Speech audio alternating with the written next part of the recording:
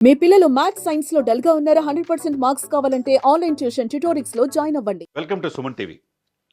ఆ బోయింగ్ 787 విమానం ఏం జరిగింది? చాలామంది కుట్ర కోణం దాగి ఉందంటున్నారు. పక్కనున్న పాకిస్తాన్ ఉగ్రవాద ప్రేరేపిత ఉగ్రవాదులు ఏదైనా చేసుంటారని చెప్పి అంటున్నారు. లేకపోతే ఎందుకు ఈ పరిణామం హఠాత్ పరిణామం జరుగుతుంది?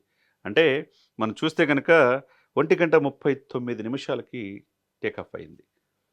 1:39 టేకాఫ్ అయితే 1:40 వితిన్ సెకండ్స్‌లోనే ఏటీసీ సెంటర్‌తో సంబంధాలు తెగిపోయినాయి. అంటే అగ్నికి ఆహుతి అయిపోయింది. ఏం జరిగింది? ఈ మధ్య ఏం జరిగింది? సుభిక్షమైన కంప్లీట్‌గా ట్రైనింగ్ పొందిన సుదీర్ఘ అనుభవం ఉన్న పైలట్స్, కో పైలట్స్ ఉన్నారు. సిబ్బంది ఉన్నారు. తర్వాత దాంట్లో ప్రముఖ పారిశ్రామికవేత్తలు గుజరాత్‌లో స్థిరపడి ఉన్నారు. తర్వాత మాజీ ముఖ్యమంత్రి గారు రూపానీ ఉన్నారు. ఇంతమంది హై ప్రొఫైల్ వాళ్ళున్నారు. కానీ ఏం జరిగింది? దీనికి మోదీ గారు ప్రపంచవ్యాప్తంగా ఆపరేషన్ సింధూర్‌లో విజయం సాధించినందుకు ఇది తట్టుకోలేక పాకిస్తాన్ ఏమైనా చేసిందా? ఉగ్రవాదులు ఏమైనా చేశారా? అనే ఇది కూడా ఆరోపణలు కూడా బయటికి వినపడుతున్నాయి. ఎందుకంటే మీడియాలో వస్తున్నాయి మనకు తెలుస్తుంది. లేకపోతే ఈ సంఘటన ఎప్పుడూ జరగంది. అందులో గుజరాత్ అంటే పాకిస్తాన్ బోర్డర్‌లో ఉండే రాష్ట్రం కూడా. వాడిని ఒకవైపు మోదీ గారు 13 సంవత్సరాలు గుజరాత్ ముఖ్యమంత్రి పనిచేశాడు. తర్వాత 11 సంవత్సరాలు పూర్తయి ప్రధానమంత్రిగా మూడోసారి ప్రధానమంత్రిగా 11 సంవత్సరాలు విజయోత్సవం జరుగుతున్న ఈ సందర్భంలో వన్ నేషన్ వన్ ఎలక్షన్ అని దేశవ్యాప్తంగా ఉత్సవాలు చేసుకున్న ఈ సందర్భంలో ఇది జరగటం ఏంటి అనేది అందరి నోట ఇదే మాట. పాకిస్తాన్ మీదే అనుమానాలు. పాకిస్తాన్ ప్రేరేపిత ఉగ్రవాదుల మీదే అనుమానాలు రోజు రోజుకు ప్రబలుతున్నాయి. కాకపోతే బ్లాక్ బాస్టర్‌లో ఏం జరిగింది? లేకపోతే నిజంగా పాకిస్తాన్ అనేది గనుక ఇది చేసుంటే పాకిస్తాన్ అనే పటం ఒక గ్లోబ్‌లోనే ప్రపంచంలోనే ఉండకుండా చేయగల శక్తి భారతదేశంలో ఉంటది.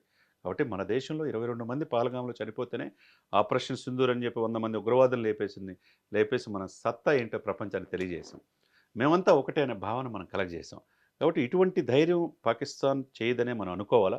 ఒకాళ చేసుంటే గనక డెఫినిట్‌గా అంతర్జాతీయ సమాజం, భారతదేశం అంతర్జాతీయ సమాజం దాకా అవసరంలా. భారతదేశం, పాకిస్తాన్‌లో ఒక్కళ్ళు కూడా లేకుండా చేసే సత్తా ఉంటది. కాబట్టి ఇంత ప్రమాదం జరగటానికి ఈ బోయింగ్ 787 వితిన్ సెకండ్స్‌లో కాలిపోవటానికి కారణం ఏంటి? ఎందుకు కాలిపోయింది? ఇంత నిపుణులున్నా గాని ఎందుకు ఇది అయిపోయింది? టాటా ఇదిలో దాదాపు 300 మంది ఈ ప్రమాదంలో ఎలా చనిపోయారనేది రోజు రోజుకి ఉత్కంఠత కనపడుతుంది. మరి ఏమైందో దీన్ని ఆ విధంగా ఇంటెలిజెన్స్ బ్యూరో వాళ్ళు ఐబీ వాళ్ళు ఎంటర్ అయ్యారు. వాళ్ళు విచారణ చేస్తున్నారు. ఎన్ఐఏ వాళ్ళు నేషనల్ ఇన్వెస్టిగేషన్ ఏజెన్సీ బృందాలు కూడా విచారణ చేస్తున్నాయి.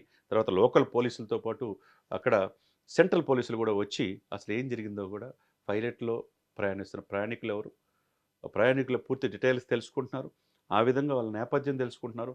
దానితో పాటు వీళ్ళేమన్నా పాకిస్తాన్ దీంట్లో ఏమన్నా ఇన్వాల్వ్‌మెంట్ ఉందా అనేది దాని మీద కూడా దర్యాప్తు చేస్తున్నారు.